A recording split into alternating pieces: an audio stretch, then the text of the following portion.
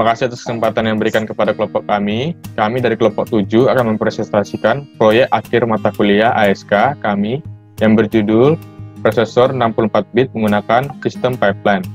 Yang beranggotakan saya sendiri yaitu Kevin Gerald Stanggang. Saya Efrana Baban. Saya Dermawan Silaen. Saya Jocelyn Tobing. Dan saya Freddy Mikael. Dan sekarang kita akan menuju ke kode programnya pada Quartus. Pada tahap PC selection stage, ada beberapa tahap yang dilakukan, yaitu yang pertama, predict PC. File predict PC berisi kode program yang berfungsi untuk mengambil nilai antara file V dan file C tergantung pada icode. Selanjutnya, file select PC. File select PC berfungsi untuk memilih predict PC antara W file M dan M file A. Kemudian masuk instruction memory. Pada instruction memory akan diambil instruction dari instruction memory sebanyak 64 bit. Instruction dari instruction memory akan dipecah. Tahap ini disebut dengan split dan align. Selanjutnya masuk ke PC increment. File PC increment berfungsi untuk menambah data berdasarkan panjang bit yang diperoleh dari instruction memory. Kemudian masuk ke F statement. Pada F statement ini akan diuji apakah decode berlangsung atau tidak. Jika ya, maka akan diberi output bernilai 0. Selanjutnya, PC stage. PC stage di sini berfungsi untuk menggabungkan semua kode program dari setiap tahapan. Akan dilanjutkan oleh teman saya. Nah, kemudian kita akan masuk ke decode. Nah, pada decode ini terdapat direct. Nah, direct ini akan menyimpan ke decode register dengan clock size bernilai 0. Kemudian signal to read. Nah, pada signal to read ini akan ditentukan apakah data dibaca atau tidak, dan juga akan ditentukan apakah data perlu disimpan ke register atau tidak. Oke, selanjutnya kita masuk ke register file.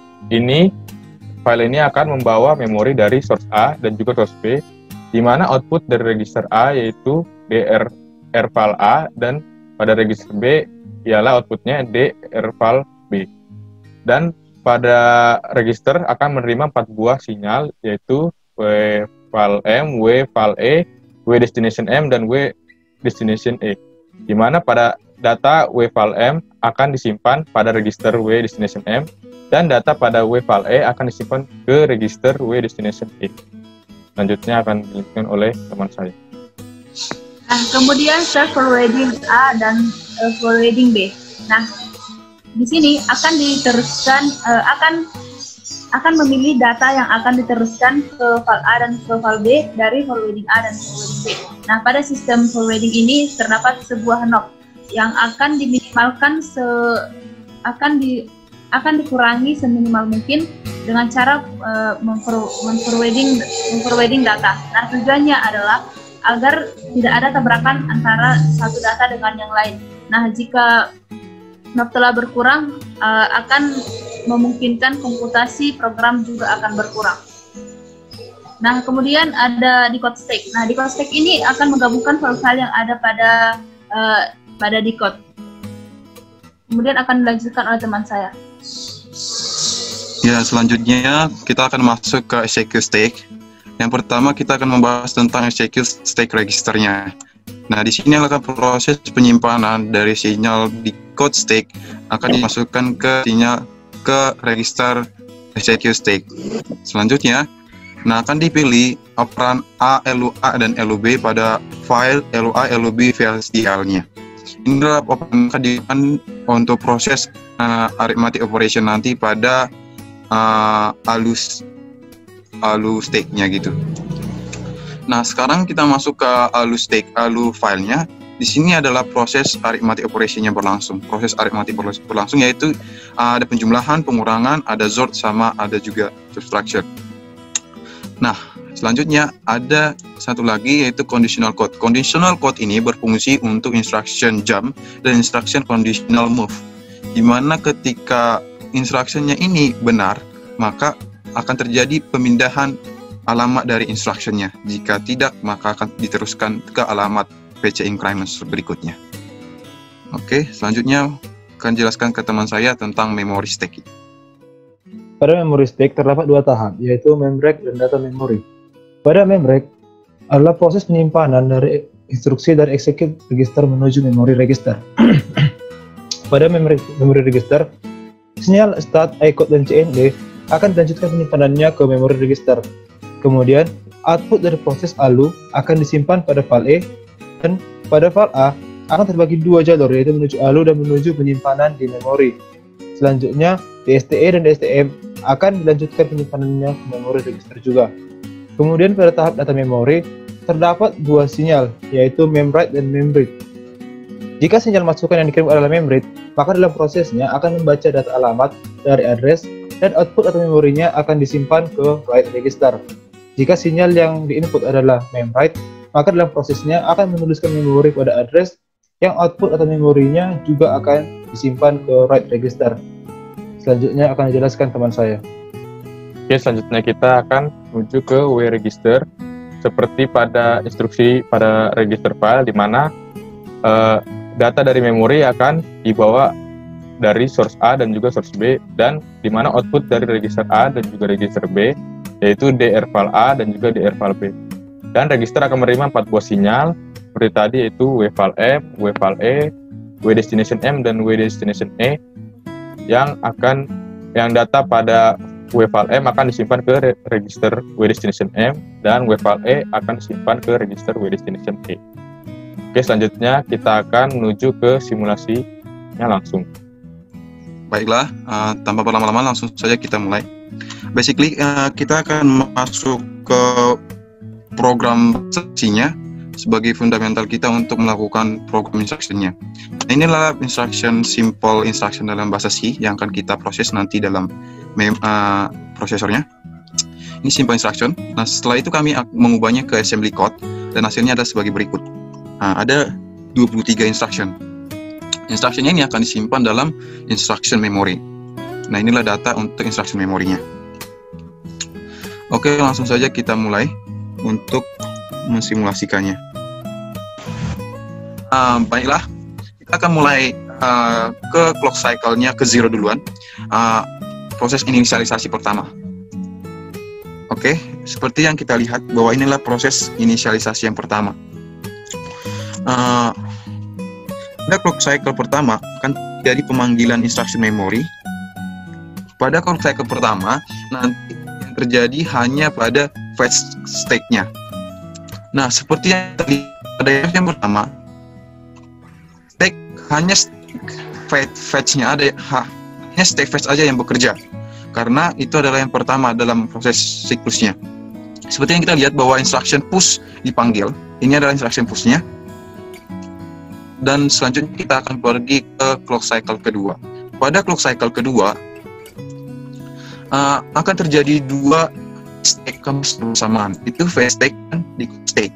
Nah, pada fetch stack itu akan memanggil instruction berikutnya, itu instruction kedua. Instruction kedua kita adalah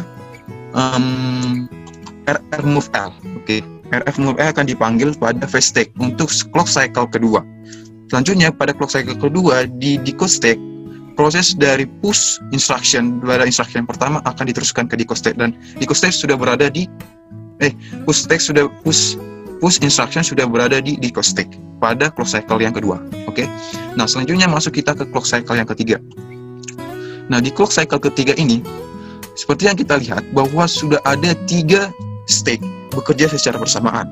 Yang pertama itu adalah fetch stack. Fetch stack akan memanggil instruction berikutnya. Konteks ini adalah instruction berikutnya adalah instruction ketiga, yaitu move L. Nah, pada decode stack akan diteruskan instruction yang sebelumnya, yaitu instruction RF move L. Jadi RF move L sudah berada di decode stack. Oke, selanjutnya di execute stack di situ adalah execute di execute stack-nya itu adalah instruction push L. Nah, instruction push L sudah berada di execute stack. Itulah yang terjadi ketika berada di clock cycle ketiga. Oke, selanjutnya di clock cycle keempat ada 4 stack bekerja secara bersamaan, yaitu stack, decode stack, execute stack, dan memory stack.